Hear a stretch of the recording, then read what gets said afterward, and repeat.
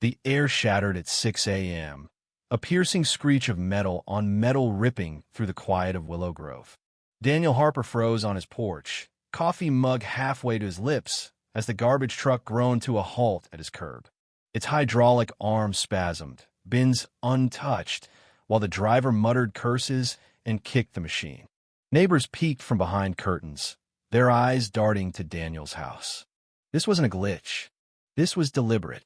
3 weeks after moving into the pristine cul-de-sac, Daniel knew the game had begun. He hadn't planned on suburbia. At 47, lean and sharp-eyed, Daniel was a city man, a real estate broker who thrived in high-stakes deals. But Willow Grove's manicured rows of beige townhouses, with their identical mailboxes and committee-approved shrubs, offered a deal too good to pass up. The house, tangled in probate after its owner's death, had been his through quiet legal maneuvering to steal at half its value.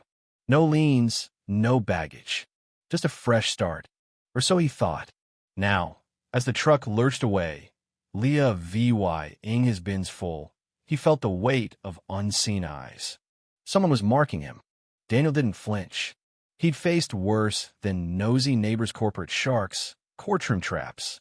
But Willow Grove played by different rules, subtle and size.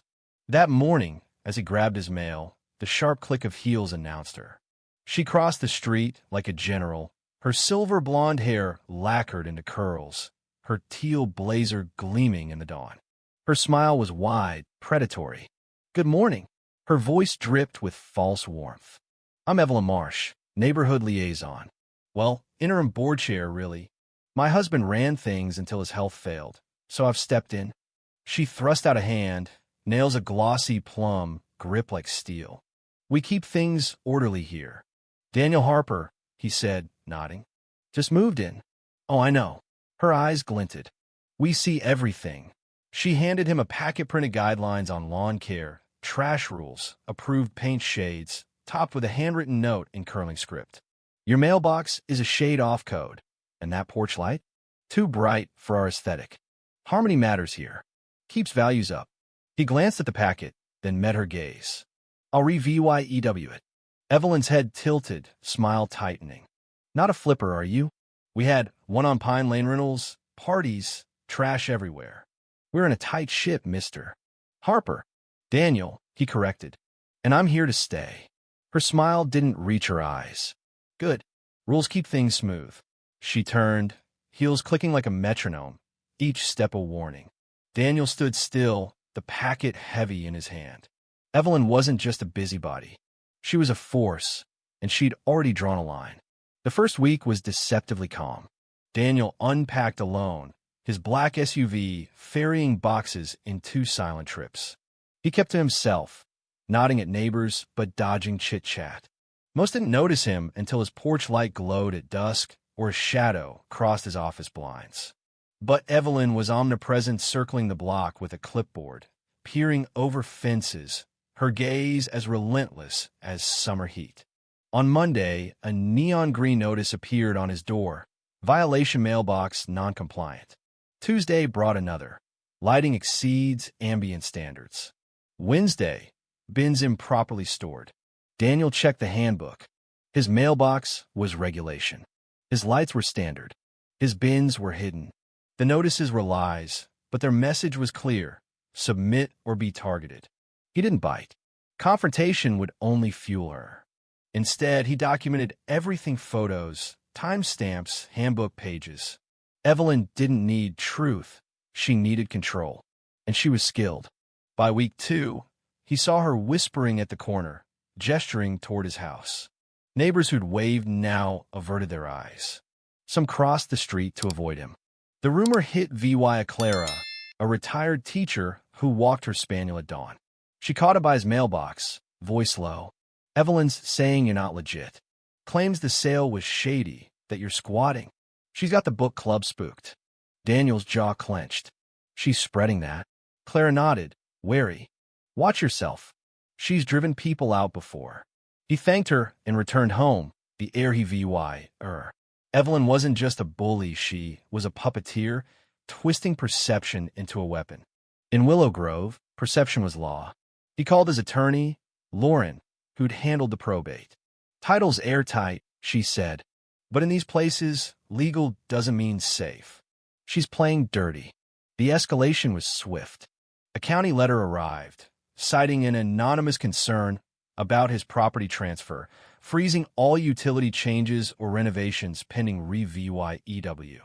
The wording mirrored Evelyn's rumors loopholes, improper sales.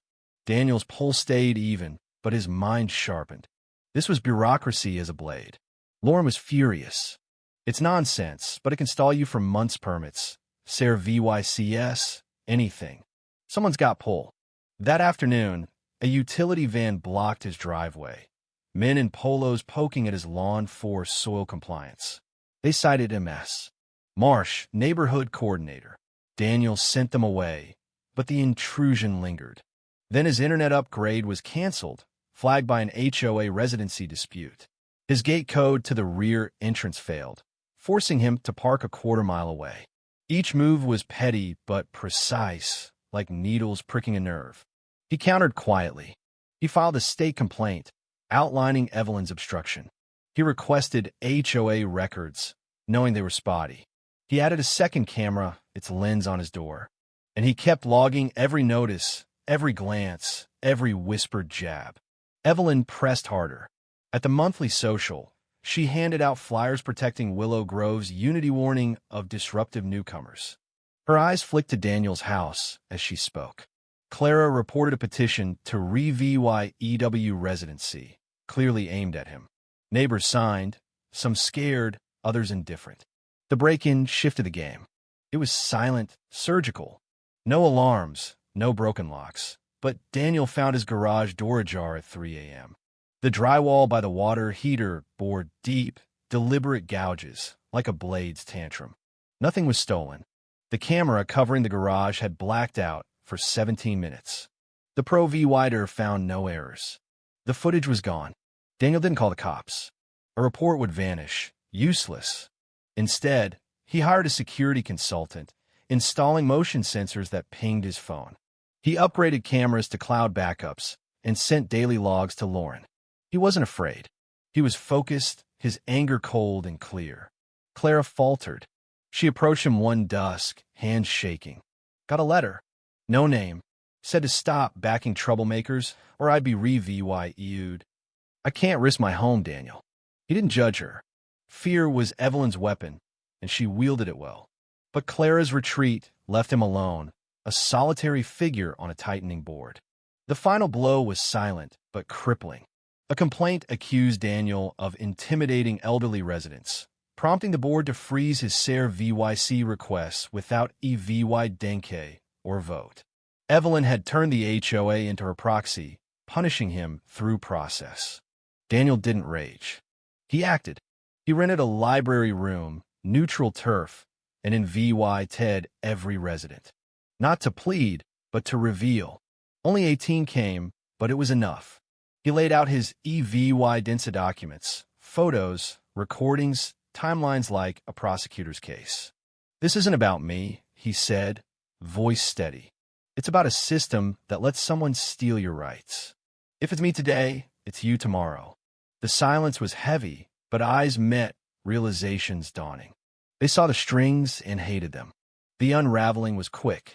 Rachel, a reserved board member, dug into Evelyn's actions, uncovering fake complaints and unrecorded decisions.